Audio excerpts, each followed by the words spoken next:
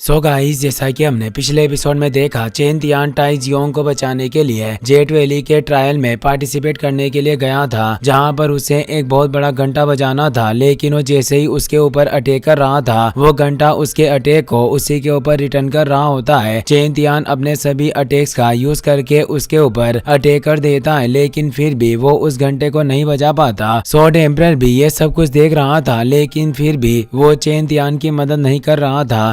तभी अब दूसरी ओर यू जांग हाओ चेन तियान को फंसाने के लिए लॉ एनफोर्समेंट ऑफिसर को झूठ बोल देता है कि चेन तियान ने हुआंग युनलोंग को बिना किसी कारण ही मारा और उसकी मार्शल स्पीड खत्म कर दी, जिससे अब वो रेनफोर्समेंट ऑफिसर चेन तियान को ढूंढने के लिए अपने ऑफिसर्स को भेज देता है। फिर अब हम जेट वैली के ट्रायल का सीन देखते हैं, जहाँ पर चेन तियान अभी भी घंटे के ऊपर अटैक कर रहा था, पर तभी वो अपने one cut shot attack technique से आसमान की ओर अटैक करता है और ये देखकर हैरान हो जाता है कि अपने एक अटैक से 2 स्लैश निकाल पा रहा था। और ये देखकर उसे खुशी भी होती है, पर वो सोचता है कि इतना पावरफुल अटैक होने के बावजूद भी मैं घंटे को नहीं बजा पा रहा हूँ, और ये सोचकर वो निराश हो गया था। लेकिन तभी स्वॉर्ड एम्परर उसके पास आता है और कहता है कि तुमने स्वॉर्ड की बहुत सारी टेक्निक्स को मास्टर कर लिया है, जो बहुत ही ज्यादा एक्स्ट्रा ऑर्डिनरी है, और इन सभी स्वॉर्ड टेक्निक्स की वजह से तुम अब बहुत ज्यादा स्ट्रॉन्ग हो चुके हो। टू शॉकिंग स्वॉर्ड वाला अटैक तुमने मास्टर कर लिया है और जल्दी तुम 3 शॉकिंग स्वॉर्ड भी सीख जाओगे, जो इससे भी ज्यादा पावरफुल होगा, लेकिन तुम फिर भी इस घंटे को नहीं बजा सकोगे। स्वॉर्ड एम्परर की बात सुनकर चेन तियान को सोचता है और उसे समझ आ जाता है कि वो घंटा उसके ऊपर अटैक नहीं कर रहा है और सिर्फ उसके किए अटैक्स को ही रिटर्न कर रहा है। इस घंटे के पास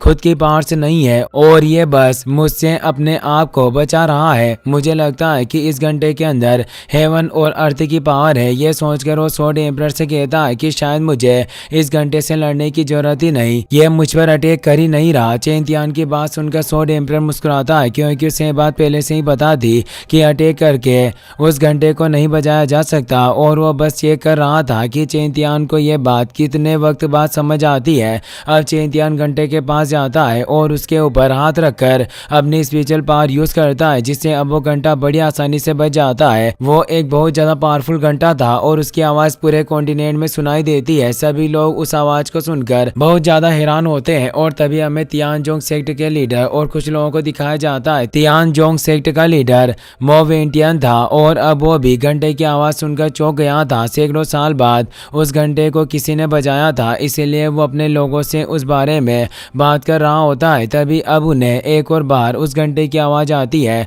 और उसे सुनकर वो फिर से चौंक जाते हैं और ये जानने के लिए बेताब हो रहे होते हैं कि उस बेल को कौन बजा रहा है। सेक्ट लीडर अपने एल्डर से कहता है कि 500 साल पहले मेरे एंसेस्टर्स ने 5 बार उस घंटे को बजाया था और उनकी ही वजह से मेरी फैमिली इस सेक्ट की लीडर बनी थी, और अब 2 बार उस घंटे को बजा दिया गया है। मुझे जाकर देखना चाहिए कि कौन उस घंटे को बजा रहा है। लेकिन अब चेन तियान एक बार और उस घंटे को बजा देता है, जिसे सुनकर उन लोगों को जिज्ञासा होने लग जाती है कि आखिर कौन है जो घंटे को बजाता जा रहा है। एल्डर्स कहते हैं कि ये जरूर कोई जीनियस ही होगा और वो मेरा मास्टर बन सकता है। अगर ऐसा मास्टर मुझे मिल गया तो अगले 50 साल में मैं बहुत ज्यादा पावरफुल हो सकता हूँ। पर अब उस एल्डर की बात सुनकर दूसरे एल्डर्स भी घंटा बजाने वाले आदमी को अपना मास्टर बनाने के लिए आपस में झगड़ने लग जाते हैं। लेकिन अब सेक्ट लीडर उन सभी को लड़ने से रोकता है और सभी के साथ जेट वैली में जाने के लिए निकल जाता है। इसके बाद हम ट्रायल के बाहर का सीन देखते हैं, जहाँ पर ट्रायल का गार्ड खड़ा था और वो घंटे की आवाज सुनकर चेन तियान से बहुत खुश था। तभी वहाँ पर जो बोया आ जाती है और एल्डर गार्ड से कहती है कि 4 बार घंटे को बजा दिया गया है। चेन तियान लगातार एक के बाद एक करके घंटे को बजाता जा रहा था, जिसे सुनकर एल्डर गार्ड जो बोया से कहता है कि यह लड़का सच में एक डीमन है। जो बोया कहती है कि अगर उसने एक बार और घंटे को बजा दिया तो ये एक मिरेकल होगा। ये कहकर जो बोया एल्डर गार्ड को लेकर अपने साथ अंदर जाने लगती है, क्योंकि वो अपनी आंखों से ये मिरेकल होते देखना चाहती थी। ट्रायल के अंदर चेन तियान अब बेल के ऊपर अटैक कर रहा होता है, क्योंकि उसने अपनी स्पिरिचुअल पावर से उसका बैरियर हटा दिया था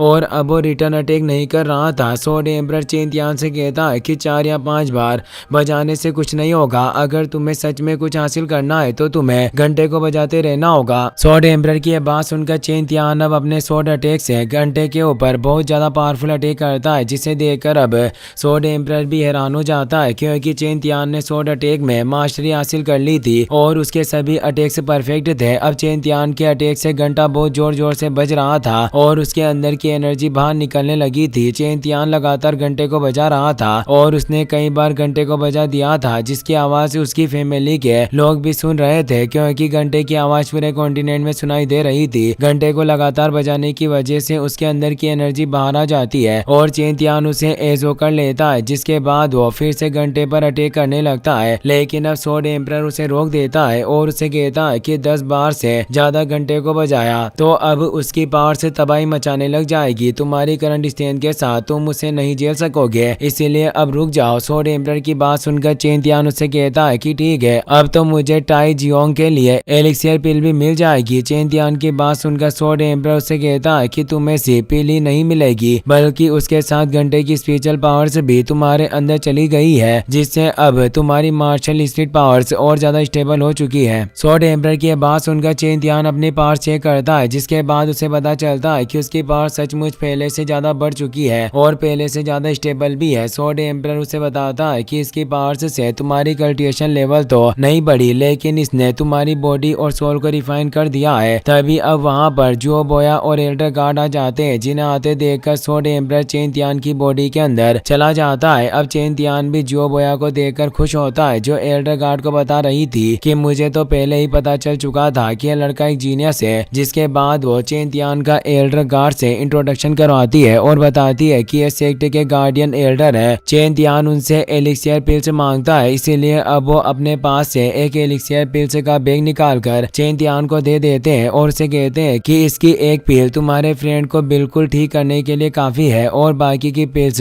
तुम अपने पास रख सकते हो। जिसके बाद वो दोनों चेन तियान से कहते हैं कि तुम ये बात किसी को मत बताना कि तुमने इस घंटे को बजाया है, नहीं तो कई सारे पावरफुल लोग तुम्हारे पीछे पड़ जाएंगे और तुम्हें जान से मारने की कोशिश करेंगे। यह सुनकर अब चेन तियान उनकी बात मान जाता है, जिसके बाद एल्डर गार्डियन जो बोया से चेन तियान को वहां से लेकर जाने के लिए कहती है, क्योंकि अब वहां पर बहुत सारे लोग आने वाले थे। जो बोया एल्डर गार्डियन की बात सुनकर चेन तियान को अपने साथ लेकर वहां से चली जाती है। जिसके बाद हम सेक्ट लीडर को देखते हैं, जो अपने साथियों के साथ वहां आ गया था, लेकिन एल्डर गार्डियन उसे चेन तियान के बारे में कुछ नहीं बताता, जिससे वो निराश हो गया था। लेकिन वो अपने सभी साथियों से कहता है कि उसकी सेफ्टी के लिए ये सही है कि उसकी आइडेंटिटी छुपी रहे, क्योंकि अगर दूसरे सेक्ट के लोगों को उसके बारे में पता चल गया तो उससे खतरा हो सकता है। इसके बाद हमें चेन तियान को इवियन और टाई जियोंग के साथ दिखाया जाता है। उन्होंने टाई जियोंग को पिल खिला दी थी, जिससे वो रिकवर होना शुरू हो गया था। चेन तियान इवियन से कहता है कि 3 दिन के अंदर टाई जियोंग बिल्कुल ठीक हो जाएगा। तभी अब